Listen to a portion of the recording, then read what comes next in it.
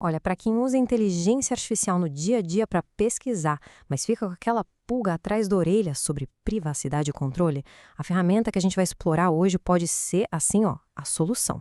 Vamos dar uma olhada no Open Notebooks? Vamos lá. A situação é bem conhecida, né?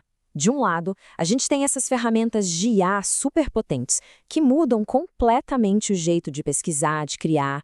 Mas do outro, sempre fica aquela preocupação, né? Privacidade, os custos que só sobem. É uma balança difícil de equilibrar.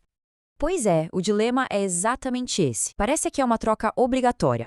Quer as melhores funções? Então tem que abrir mão do controle, mandar todos os dados para a nuvem de uma gigante da tecnologia. Mas e se não precisasse ser assim?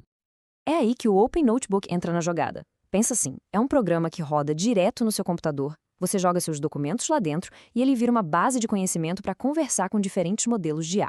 E o mais importante, tudo privado, tudo na sua máquina. E olha, a filosofia por trás do projeto é forte, viu? Essa citação da documentação deles diz tudo. A ideia central é que essa habilidade de pensar com a ajuda da IA não pode ser um luxo para poucos, e muito menos ficar na mão de uma empresa só. É sobre democratizar o acesso. Tá, mas na prática, o que isso quer dizer? Quer dizer controle total. Imagina só, um jornalista investigando um caso super sensível.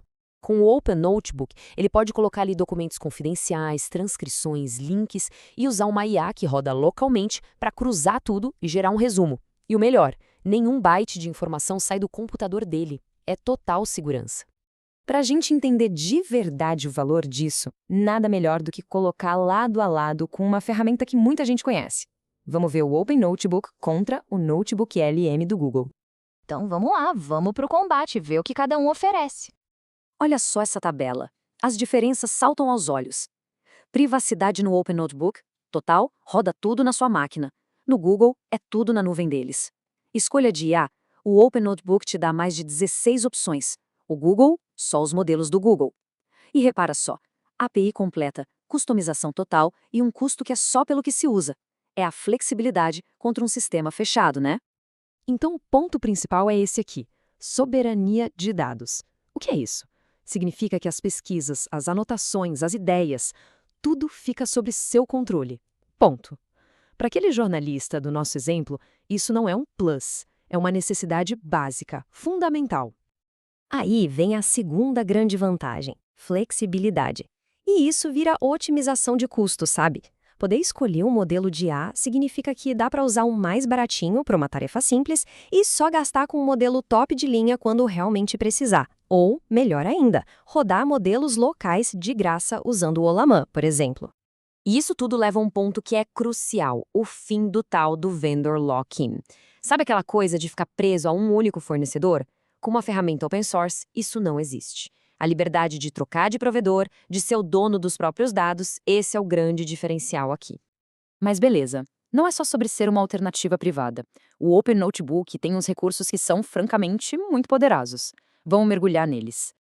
A capacidade dele de juntar tudo num lugar só é impressionante. Ele aceita uma validade enorme de arquivos de forma nativa. PDF, vídeo, áudio, páginas da web, basicamente qualquer coisa que sirva de material de pesquisa pode ser jogada lá para dentro e virar parte da sua base de conhecimento. E agora, segura essa, porque tem um recurso que é muito, muito legal. Geração de podcasts. E não é só pegar um texto e ler, não. É criar um podcast de verdade, com vários locutores diferentes. Ele transforma suas anotações em um conteúdo de áudio com cara de profissional. E olha só a flexibilidade disso. A ferramenta do Google, limitada a 2 locutores. O Open Notebook permite configurar até 4 vozes diferentes. Isso dá um controle criativo muito maior, né? Dá para fazer um debate inteiro, se quiser.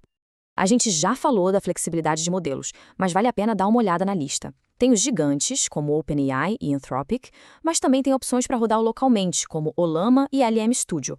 A variedade é enorme. Isso significa que dá para adaptar a ferramenta exatamente para cada necessidade e para cada bolso.